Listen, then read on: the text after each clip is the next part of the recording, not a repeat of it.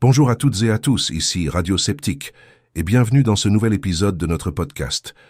Aujourd'hui, on plonge dans une philosophie souvent mal comprise, parfois redoutée, et pourtant profondément humaine. L'anarchisme. Oubliez tout de suite les clichés de chaos, de violence ou d'émeute. On va plutôt parler d'une idée vieille comme le monde. Et si personne n'avait le droit de vous commander sans raison?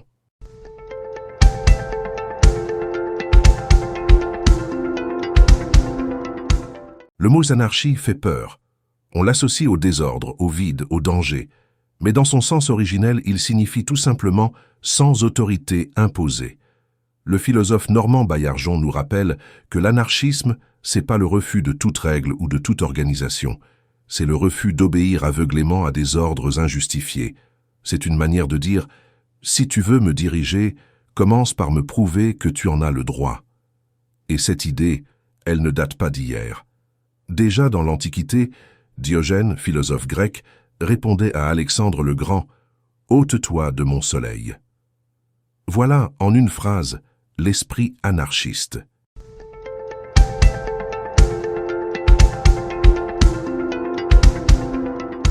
L'anarchisme n'est pas un bloc monolithique. Il y a eu des anarchistes individualistes, collectivistes, féministes, écologistes, chrétiens, même des libertariens. Ce qui les unit, c'est le rejet des dominations, qu'elles viennent de l'État, du capital ou des dogmes religieux. Un mot revient souvent dans la bouche des anarchistes, autogestion. C'est l'idée qu'on peut s'organiser entre nous, sans chef, sans patron, qu'on peut bâtir une société sur la coopération plutôt que sur la hiérarchie.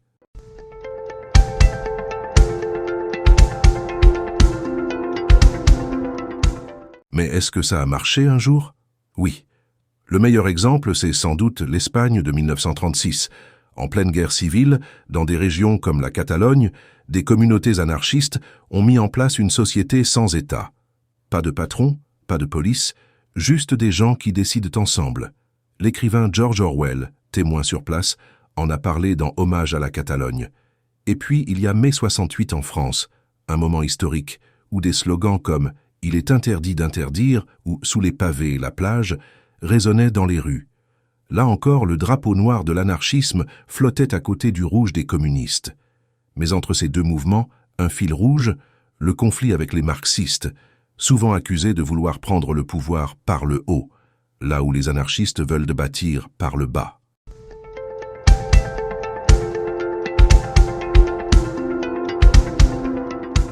Alors, est-ce que l'anarchisme est forcément violent?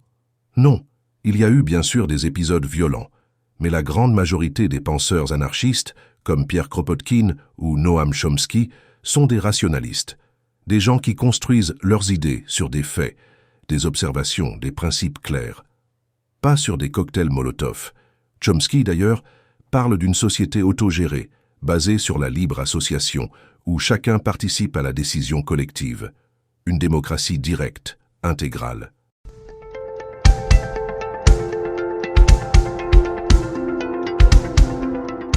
Et aujourd'hui, qu'en reste-t-il? Eh bien, le capitalisme a peut-être gagné, mais il n'a pas convaincu tout le monde. Beaucoup cherchent des alternatives. Face aux crises écologiques, aux inégalités, aux dérives autoritaires, l'anarchisme revient. Des expériences existent, comme celle de Mondragon, une coopérative en Espagne fondée en 1956 sur des principes anarchistes. Là, 80 000 travailleurs se sont organisés pour créer le premier groupe industriel basque. Les salaires sont décidés ensemble et chaque salarié est associé au capital. Et cela fonctionne, puisque l'entreprise est florissante. Elle prouve que l'autogestion fonctionne. Elle prouve qu'un autre monde est possible.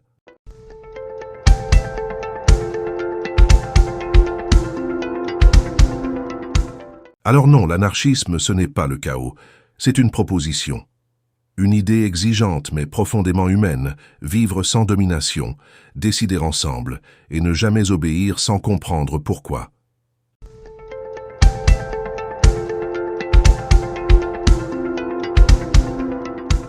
Merci d'avoir été avec moi. Si cet épisode vous a plu, pensez à liker et à le partager. À très vite pour une nouvelle émission.